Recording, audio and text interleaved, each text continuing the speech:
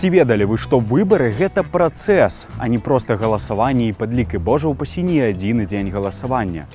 Ну і менавіта пра выбары ў Каардынацыйную раду і будзе гэты выпуск. Ну а вы тым часам напішыце ў каментарах вашыя думкі ці проста задайце пытанні чальцам ды чаліням Каардынацыйнай рады, але памятайце, што трэба быць у бяспецы. Пачынаем.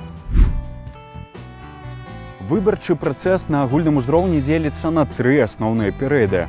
Перадвыбарчы перыяд, дзень выбараў, паслявыбарчы перыяд. Зараз у Каардынацыйнай радзе адбываецца, як вы ўжо хутчэй за ўсё зразумелі, перадвыбарчы перыяд. Ужо прайшоў этап фармавання выбарчай камісіі, пасля чаго, то бок літаральна зараз, да 15 красавіка ідзе этап фарміравання спісаў выбарчых суб'ектаў і падачы дакументаў на рэгістрацыю ў выбарчую камісію. Потым ужо перайдзем да этапу перадачы дакументаў на рэгістрацыю ў выбарчай камісіі і таксама ўжо пасля падачы дакументаў можна будзе зарэгістраваць кандыдатаў у выбарчай камісіі.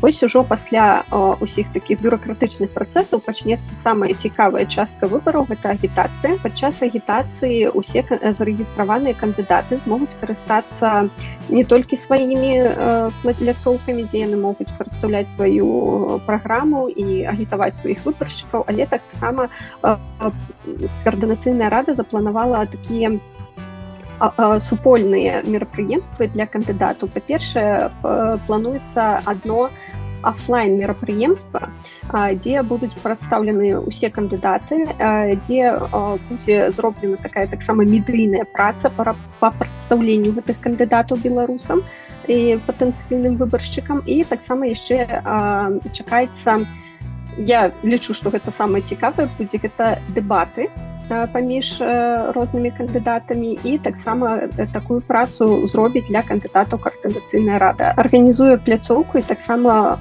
для кожнага кандыдата будзе вызначаны час для ўсіх аднолькавы і ўсе змогуць ім скарыстацца. З розных бакоў я чую, што кандыдаты збіраюцца ісці, і учора мы таксама пачулі цікавую навіну, што Александр Азараў, ён таксама сыходзіць нават з кабінета для таго, каб падацца кандыдатам у Каардынацыйную раду. Я лічу, што такая цікаўнасць да Каардынацыйнай рады будзе таксама даваць надзею на тое, што дэбаты будуць праходзіць менавіта ў гарачым рэжыме. Сакратарыят непасрэдна гатуе ўсе гэтыя пляцоўкі, якімі будуць карыстацца кандыдаты. Яны таксама плануюць і медыяплан для палітычных кандыдатаў. І Каардынацыйная рада будзе даваць усю дапамогу, якая будзе патрэбна. Заўсёды можна будзе звярнуцца да нас з пытаннямі, з просьбай аб дапамозе арганізаваць нешта, і мы заўсёды будзем разглядаць гэтыя пытанні. На сённяшні дзень мы спадзяёмся, што ўсе беларускія СМІ не будуць стаяць у баку, а будуць таксама дапамагаць даносіць інфармацыю да беларусаў. Што тычыцца інфармацыі па платформе для галасавання, нядаўна была прэс-канферэнцыя, у якой удзельнічалі спікер і віцэ-спікерка Каардынацыйнай рады і Павел Лібер. Лічбавая пляцоўка для галасавання амаль цалкам гатовая. Зараз праходзяць унутраныя тэсты на базе Каардынацыйнай рады, і таксама Павел Лібер казаў пра тое, што код самой пляцоўкі будзе даступны для тэставання іншымі айцішнымі спецыялістамі. Для таго, як пляцоўка будзе пратэставана чальцамі Каардынацыйнай рады і будзе выстаўлена для тэсту для айцішных спецыялістаў, то потым пройдуць адукацыйныя мерапрыемствы для выбаршчыкаў. Будуць распрацаваныя інфаграфікі, таксама відэаролікі, якія дапамогуць выбарцам навучыцца карыстацца гэтай платформай, змагці сябе зарэгістраваць там і потым прыняць удзел у галасаванні. У дзень выбараў адбываецца галасаванне, падача скаргаў, падлік галасоў, апублікаванне вынікаў і назіранне.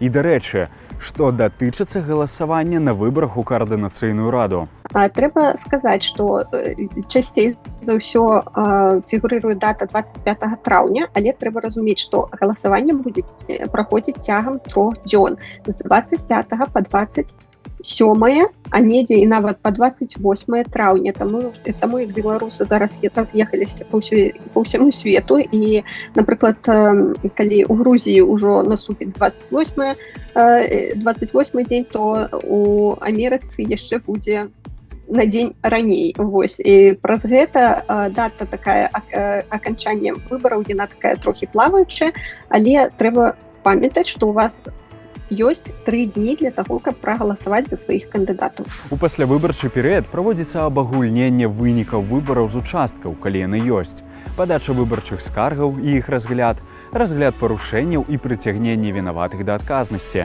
заняцце абраных пасад. Варта адзначыць, што выбарчы цыкл не мае фіксаваных пачатковых і канчатковых кропак. Некаторыя элементы, такія як, напрыклад, грамадзянская адукацыя і дзейнасць палітычных партый, перасякаюць увесь цыкл. Але вяртаючыся да выбараў, хочацца адзначыць, што палітычныя актары, грамадскія дзеячы і актывісты актыўна заяўляюць аб сваім жаданні далучыцца да 3-го склікання Координацыйнай рады. І вось як гэта каментуе вядомы блогер и экономист Александр Кнырович. Сегодня виден большой интерес к этим выборам в Координационный совет. Несколько заметных групп белорусских политических, общественных деятелей заявили о своем участии. И, конечно, в первую очередь это Павел Павлович Латушко, который заявлял о том, что он будет участвовать в таких выборах. Это Вадим Прокопьев, это Азаров, который объявил, что он уходит полностью из Объединенного переходного кабинета и идет на выборы в КС, и другие. Виден достаточно большой интерес, что меня, конечно, радует. И, конечно, я полагаю, что чем шире будет вот такая представленность, тем лучше будет для результата. Конечно, это вызывает споры, но демократия – это всегда про споры, про долгие дискуссии, про взаимопонимание. Не может быть по-другому. По-другому может быть только при тоталитаризме, когда я один точно знаю, как лучше.